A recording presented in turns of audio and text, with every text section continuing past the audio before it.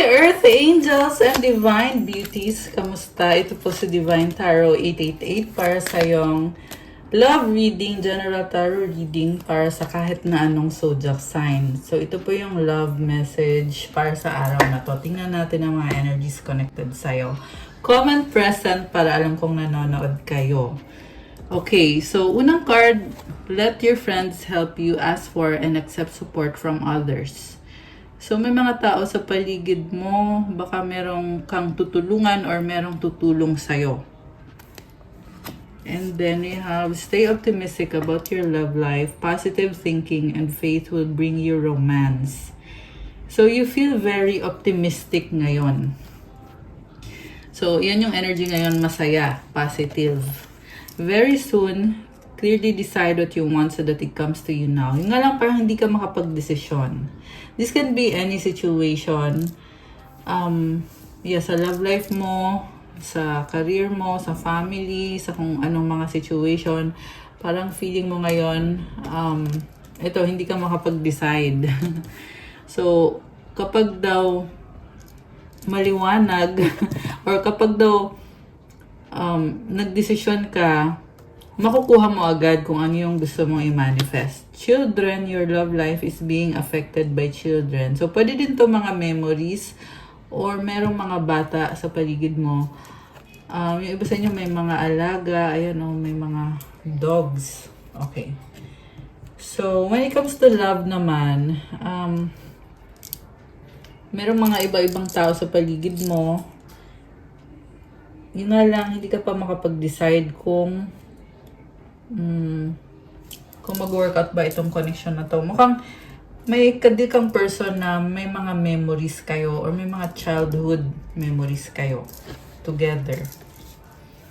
So, ano pa ba mga energies connected sa'yo ngayon? It is all too much. Oh, okay. Ano pa? Why do I feel this way? Oh my gosh, sex with you. So, there is someone na attract sa'yo pero na-overwhelm siya kasi hindi maganda yung mga nangyayari sa buhay niya ngayon. My life is a mess right now.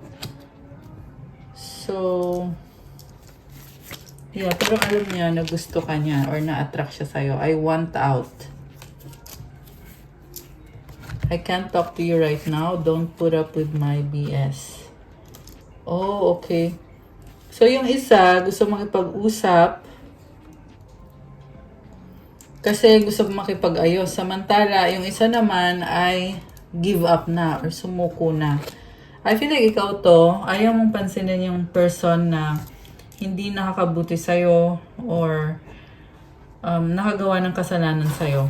Kasi you don't want to put up with their BS or kumbaga hindi mo ito tolerate yung mga treatment niya sa'yo or yung pinaramdam niya sa'yo. Okay? Meron dito talagang gusto ng mag-move on. I want out.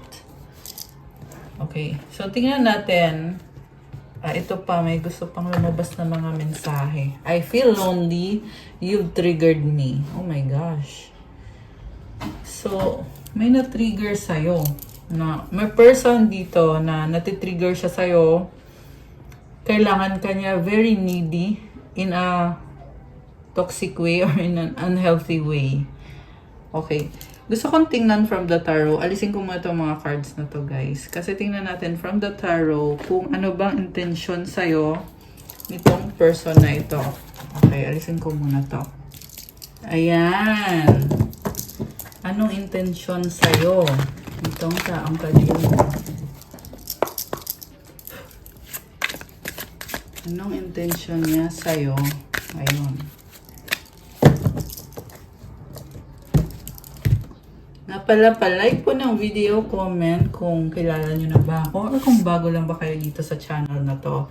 Let me know para masagap natin ang kwento ng buhay mo dito sa mga readings na ginagawa natin. And also, para naman dun sa hindi interesado sa ganitong klase ng reading, huwag nyo na pong panoorin. Okay? So, ito na guys. Overall energy is the Justice card. Oh. Someone wants to wants to achieve fairness, balance, justice. So, matapang na tao itong person mo. Baka may kadikang Libra. Ayan. So, the Chariot crossed by the Knight of Cups. Below is the Strength card. Above is the Wheel of Fortune. Behind is the Emperor. And before is the Tower. Alam mo, okay, bababa ko yung camera ng konti para makita nyo. Alam mo, sobrang kang mahal nitong taong to. Mukhang na-obsess nga sa'yo eh. And this could be someone na hindi kayo naging okay kasi andito yung Tower. Pero ngayon, ikaw ang laman ng puso't isip niya. With this Wheel of Fortune, may pagbabalik. Okay, kung may narinig kayo sa background, yung pusa ko po yan, naglalaro. So, pagpasensyahan nyo na yung mga sound.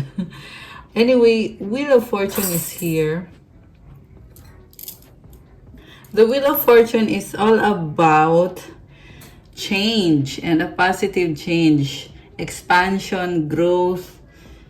So, kumbaga umikot yung gulong ng kapalaran, 'di ba? So, bagong-bago tong energy na to. Kung hindi naging okay yung connection nyo, nakikita ko, nag-iba yung ihip ng hangin. Okay? So, very positive na energy. Gusto ka niya, mahal ka niya, and there is healing. Although, nakikita ko dito, andito yung Tower eh. So, hindi pa pinapakita sa'yo na kung ito nga ba yung tao makakatuluyan mo. And actually, sa totoo lang, mukhang hindi. Okay? Pero, remember, hindi to sa lahat magre-resonate kasi general reading. So, sabihin natin, hindi nga kayo magkakatuluyan, pero, mahal ka kasi niya eh. Yan ang sabi dito eh. So, ito siya, the Emperor. Nagkaroon siya ng healing. This is someone enlightened. Kita mo merong sun dito sa likod, 'di ba? So, naliwanagan siya. Nagkaroon siya ng mga pagbabago sa buhay niya. Hawak niya yung Ankh. So, this is a symbol of death and rebirth. Ang kahulugan naman nun is pagbabago. Kung ano yung naging ugali niya towards you, binabago niya ngayon. So, also may crown siya. So, this is an achievement na na-unlock niya. Okay. So, yung pinaka-focus niya ngayon is itong Chariot na energy, which is all about balance, action, travel, and mabilis itong energy na to. So, pwede to biglaan babalik sa'yo or magpaparamdam sa'yo, mag-message sa'yo. Pero may nakita ko dito na gusto talagang makipagkita sa'yo. Knight of Cups. And very romantic yung nararamdaman niya sa'yo. Feeling din niya na kailangan ka niya sa buhay niya. Kaya, ayun. Nakikita ko obsessed siya sa'yo in a good way. Kasi, in love siya sa'yo. Ayan, grabe naman to. And then you have the Strength card. By the way, ang lakas ng energy ng Cancer, Sagittarius, Aries, Water sign, Cancer, Pisces, Scorpio, Leo energy, and meron ding energy ng Scorpio, Pisces. Although this can be any sign. So, Strength, kinakalma niya yung sarili niya, nagpaplano siya at gusto niya makipagbalikan sa'yo. Like I said guys, hindi ito yung taong makakatuluyan mo. Hindi siya yon, okay? Pero, gusto ka niya makita, makasama, romantic yung nararamdaman niya sa'yo, in love siya sa'yo ngayon. Okay. And then, supportive energy is the Page of Pentacles. So, nagpaplano siya, pero wala pang action na literal na ginagawang effort. Pwede din to na something new na gusto niya i-offer. Pwede itong message na may sasabihin siya or peace offering, may bibigay siya sa'yo something na ikakagaan ng loob mo. Ang tingin niya sa'yo is the 6 of Cups. So, pwede tingin niya sa'yo ay you are young or bata, childish. And tingin niya sa'yo is nag-care siya sa'yo, mabait ka sa kanya, at may mga memories kayo together. So, alam mo, mukhang mahalaga sa kanya na naging mabuti ka sa kanya.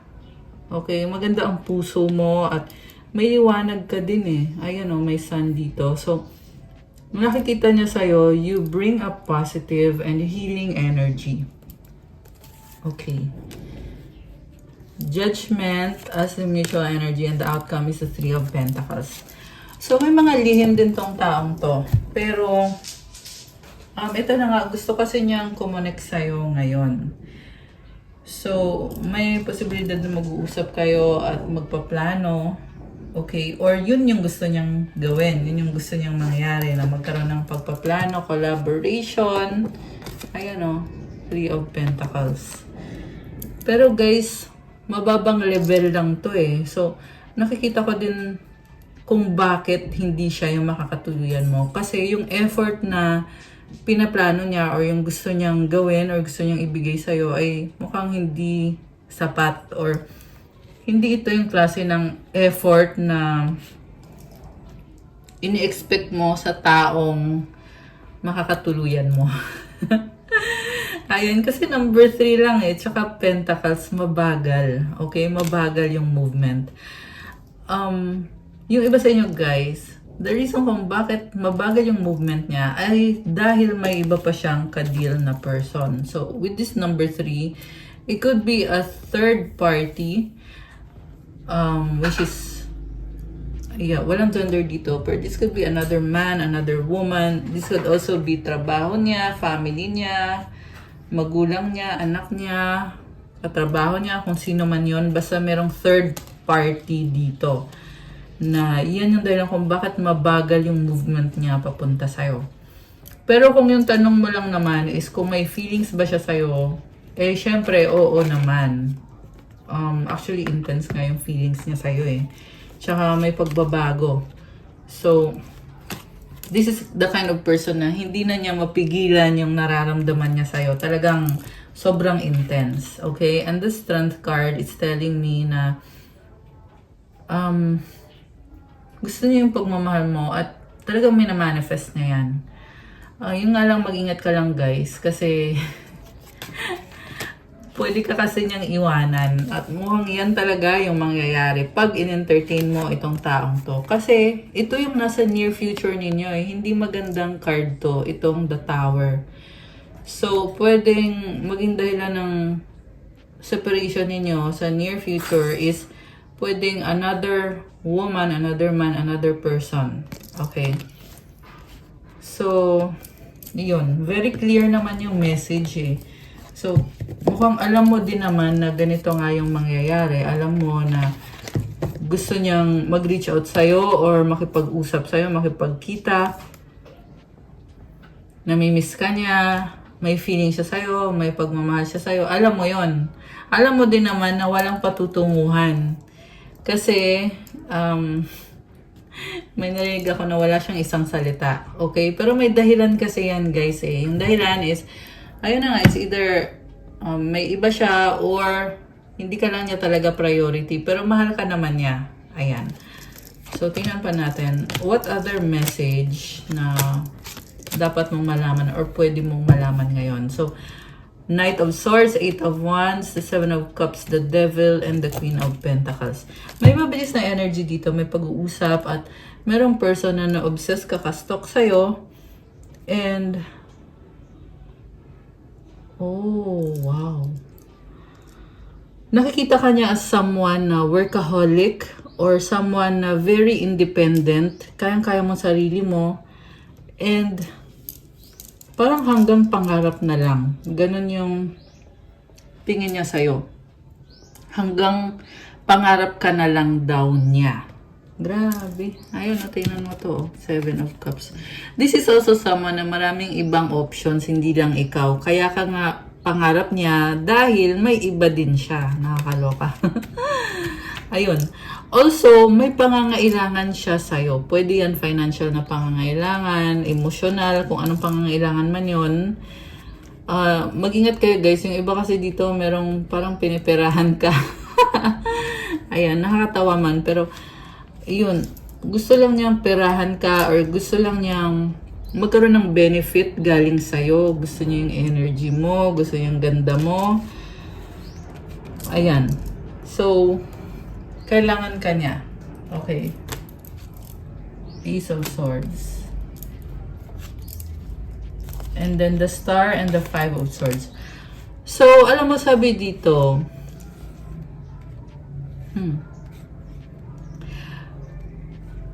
so, nagkaroon siya ng healing eh. Baka may kadikang Aquarius, Air sign, Gemini, Libra, Aquarius, so this can be in his sign. So, itong Aquarius na to ay umaasa, pero at the same time, nafe-feel naman niya na wala na siyang pag-asa.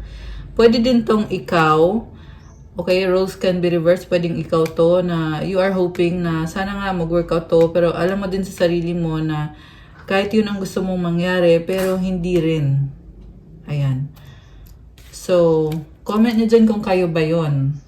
Yun kasi yung nakita ko dito eh. Merong feminine energy dito na talagang umaasa. So, kung ikaw to, sinasabi dito, andun man yung positive energy, andun man yung pag-asa, pero at the same time, mukhang alam mo na din naman na hindi rin mag-workout. Ayan, nakakalungkot man, pero yun kasi yung lumabas dito eh. Pero, it's not totally malungkot kasi maganda yung energy mo eh. So, ano bang dapat mong gawin? Dapat gamitin mo yung energy na yan para sa sarili mo at hindi para sa isang lalaki or isang tao, babae, lalaki, or kung ano man ang gender nitong taong to. Hindi para sa kanya.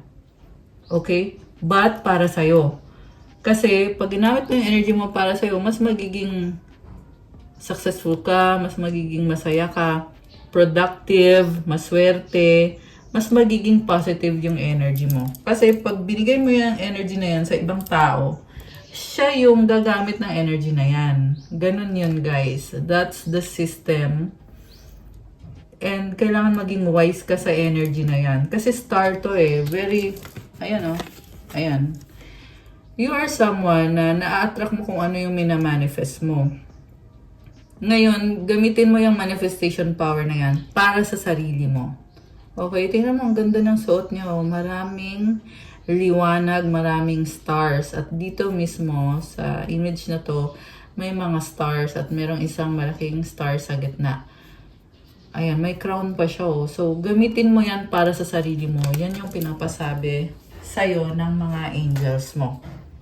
Be wise. Five of Cups. Meron dito nangihinayang pa rin. Parang inisip mo na alam mo na hindi mag-workout kaya nalulungkot ka.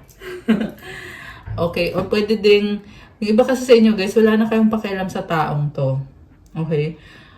At siya yung nalulungkot. Kasi alam niya na wala kang pakialam sa kanya. Okay. So, pwede ding baliktad. Ayan, marami kasi tayong nasasagap dito. Marami ding nanonood dito sa channel na to. At tandaan niyo po na general reading po ito. So, hindi po talaga sa lahat magre-resonate. Okay? So, ito, tingnan natin ngayon. Ano pa ba yung mga gustong sabihin nitong taong to? I am excited for our future. I am not happy anymore. You give me strength. I need you to be away from me. Oh my gosh. Being near you is intoxicating. Okay, yung iba sa inyo, may kadi kayong person na pabago-bago ng isip, toxic, very controlling, kasi kinokontrol niya kung anong gagawin mo, at you are my peace. Ginagamit ka lang niya para sa energy mo kasi napapasaya mo siya, nabibigyan mo siya ng peace. Okay? Pero hindi ito yung healthy na tao para sa'yo. I don't believe you. Ayan o. Parang pinapalabas kang sinungaling nitong taong to. So you have to protect yourself from that kind of person. Kailangan mong layuan yung ganyang klase ng tao. Ayan. Thinking of you makes me smile. Ano pa? Please help me, I need it. Lack of communication. I am sorry. Oh, ang dami yan. I have something to tell you. I can't move on from you. I need you. Okay. So, gusto makapag-usap sa'yo pero for some reason wala kayong pag-uusap. Okay. Grabe. Gusto niya mag-sorry sa'yo pero ang gulo-gulo ng mga iniisip nito. Okay? Pati yung feelings niya magulo. So, ang suggest ko sa'yo is, ayun na nga, maging wise ka sa sa taong binibigyan mo ng panahon mo, sa taong kinakausap mo. Okay, ano pa ang mga mensahe galing dito sa person na to or yung mga gusto niyang sabihin sa'yo? I wish we could be together but it's complicated. Oh my gosh. So, third party situation. I need some more time before I can come to you. I'm yours forever and ever. My beloved. Yeah, the same person. You are the light at the end of my tunnel. I wish you were mine. So talagang wini-wish ka, umaasa, nagpa-fantasize, nag-imagine na sana akin ka, ganon. Ayan I dream about the future with you. So talagang pinapangarap ka niya nitong taong to. Ayan. So, very clear yung mga message. Ano pa? Are you thinking about me? You light up my world. You have to be patient. So, parang gusto niya paghintayin ka niya. Magtiis ka dyan. Parang ganon. So, wala kang mapapala sa taong to. Okay? Ano pa? Tingnan pa natin. Ano pa? Okay, we will use this one. Busy. Okay, sino tong busy? Ikaw or yung person na ka-deal mo? Tingnan natin. The one. Oh, mukhang ikaw yung busy. Okay? Or ikaw yung the one para sa kanya. Ano pa? Ano pa mga energies connected sa'yo sa person na to? Tumalikod. Bye. You're special. So, hindi niya kinaya. Ayan. Kung iniwanan mo siya, hindi niya kinaya yung pag-alis mo, yung pagtalikod mo. Kaya ikaw yung totga or the one that got away. So, grabe yung panghihinayang niya sa'yo. Kasi nakawala ka, nakaalis ka. Hindi ko alam, ewan, moving on by. Oh my gosh. Matigas ang ulo, stubborn. So, parang pinapalabas niya na may karapatan siya sa'yo, matigas ang ulo mo, ganon.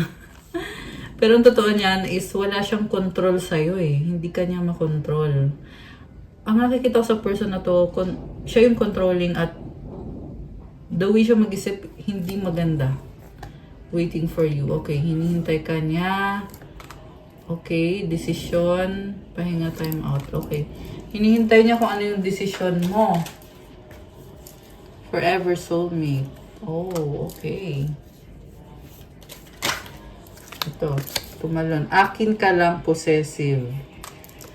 Ayan, so may pagka, actually nasabi ko na controlling nga, yung pagka-narcissistic. Itong taong to na nasagap natin. In a relationship, kilig much, super in love. Gusto kita, attraction, sexy love sa bottom of the deck. Okay, merong money issue or work, nalilito, confused. So, ano pa ba? Tingnan natin. Gamitin natin tong Romance Angels na Oracle. Nga pala, itatag ko tong mga ibang mga cards na andito. Pwede nyong orderin kung gusto nyo. Gamitin nyo yung link dyan, guys. So, give your relationship a chance. Okay, pasensya na napunit kasi. Work on your partnership. Release your ex. The time has come to clear your energy. So, may dalawang person eh. Merong ikaw at merong ex. So, yung sa inyo, gusto niyang bigyan ng chance. Pero meron din siyang ex na nilet go. Kapalit mo. So, mukhang papalit-palit ng person itong taong to na nasagap natin. Free yourself. It's time to take back control of your life. So, feeling mo ngayon malaya ka eh. Na-enjoy mo yung life mo or malaya ka. Na-feel mo lang na kaya mong kontrolin yung sarili mong buhay. Kasi iniwasan mo itong taong to. Children. Okay, nalaglag siya. Your love life is being affected by children. May anak ka or may anak kayo. Okay, may mga bata sa paligid. Let go of control issues. Allow the situation to unfold naturally. Oh, I love it. Alam mo, nakikita ko sa'yo, hindi mo minamadali. Mahaba yung patience mo. Soulmate, yes, this is your soulmate. Okay. Alam mo, nakikita ko dito, may bagong person eh. Kasi nga, hindi mo kinokontrol yung mga bagay-bagay. Kaya ngayon, papasok sa buhay mo itong soulmate na ito. Okay? That is another person para sa'yo. New person. At yan talaga yung taong para sa'yo. Grabe! Ayun guys, para sa mga nagmamanifest, i-claim nyo na yan. Okay, ngayon gusto kong tinan ang mga message naman. Galing naman sa angels mo para sa'yo. Pero aalisin ko muna tong mga cards na to. Okay? Ayan. Ayan. So, okay. Ayusin ko muna. Ito yung mga mensahe galing sa angels mo. At mga energies ngayon na connected sa'yo. Tignan natin. Okay, we have life purpose. 1111! Oh my gosh! Baka nakikita mo yung mga numbers na yan. So, it's an angel numbers na ibig sabihin, andyan sila, ginagabayan ka at through your intuition, nakakatanggap ka ng mga signs, ng mga messages. Okay, and you have Isaiah 43:18-19. Forget the former things, do not dwell on the past. See, I am doing a new thing. Now it springs up, do you not perceive it? Guys, grabe. May ginagawang blessing ngayon si God para sa'yo. Kaya sinasabi niya na kalimutan mo na yung nakaraan. Kalimutan mo na yung nasa past. Kasi tapos na yon. Tingnan mo daw yung ginagawa niya ngayon para sa'yo. Hindi mo daw ba napapansin? This is a strong message na sinasabi sa'yo na may bagong simula at may blessing ni God itong bagong simula na to para sa'yo. I love it. I am making a way in the wilderness and streams in the wasteland. Kumbaga, kung nawalan ka ng pag-asa, pero si God ay talagang gumagawa ng paraan. So, i-claim mo tong napakagandang message na to. Thank you, God, for making a way. Thank you, God, for a new beginning. Grabe. Ayan o. So, again, it's Isaiah 43:18-19. 18-19. Ayan, guys. Ano pa mga message or mga energies connected ngayon sa'yo?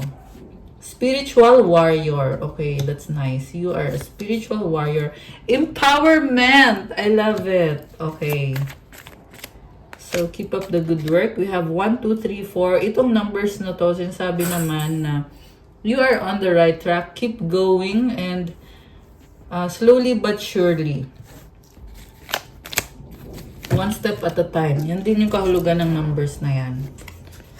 Right path. Okay, comment, I am on the right path. Ano pa? Powerful. Wow, guys. You are powerful. So, ang sasabi dito is on the spiritual level. Okay? Baka sasabihin nyo, hindi naman. Pero sasabi dito, oo, kung kanino man to nagre-resonate. Oh, magkatabi pa to, oh. Diba? Empowerment, powerful, spiritual warrior. And you're on the right path. So, grabe. Dahil yan sa sipag at tiyaga mo. And you have a kind heart. Comment, I have a kind heart. Ayan. Kaya ka din binibless. Okay. Meron pa ba? Kuha tayo ng isa pa. Meron pa bang message para sa ating mga divine beauties? Oh, 30. This is actually a new beginning. And it's also telling you to take a risk, take the leap of faith.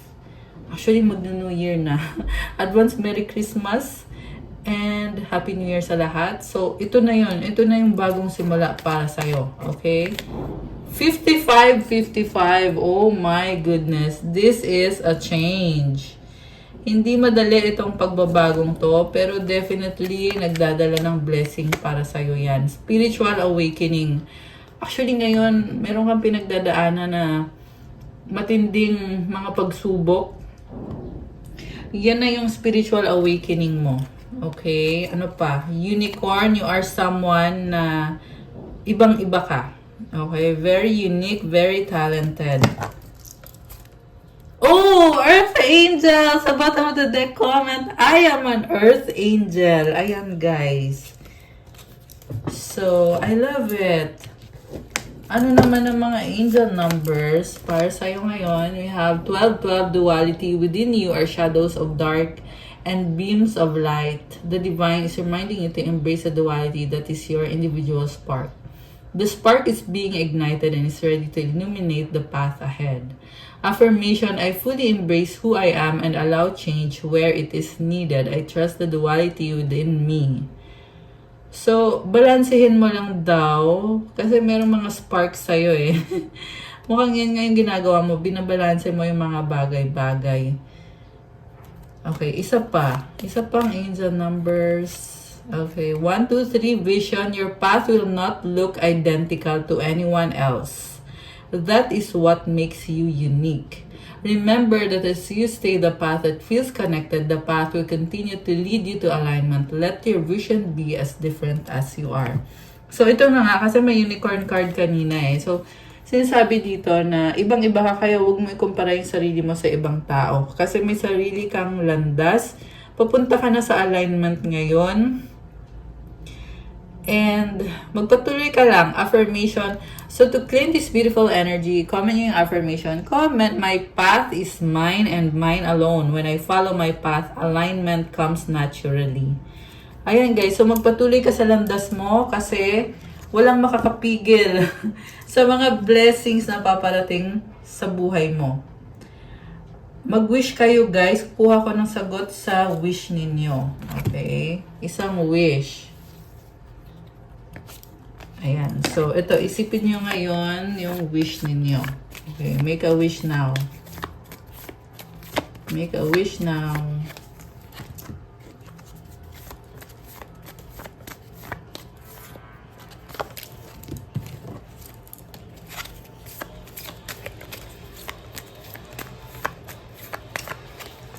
Ayan. Kuha tayo ng isang advice card. Okay. Ready na ba kayo? Nabuksan natin ang sagot sa wish nyo. Comment ready now at bubuksan na natin to. Comment ready. Kung hindi ba kayo ready, edi hindi natin pwedeng buksan. Charot. Ayan, okay. So, ito na guys. Ang sagot sa wish mo ay... Yes! Oh my gosh, I love it. It's a yes! Comment, claim, wish, granted. I-claim nyo na to, guys. Ayan, nag-yes na siya. At kung kailan mangyayari ang wish mo ay a year from now. Oh, wow. Alam mo, pwede din tong sa New Year.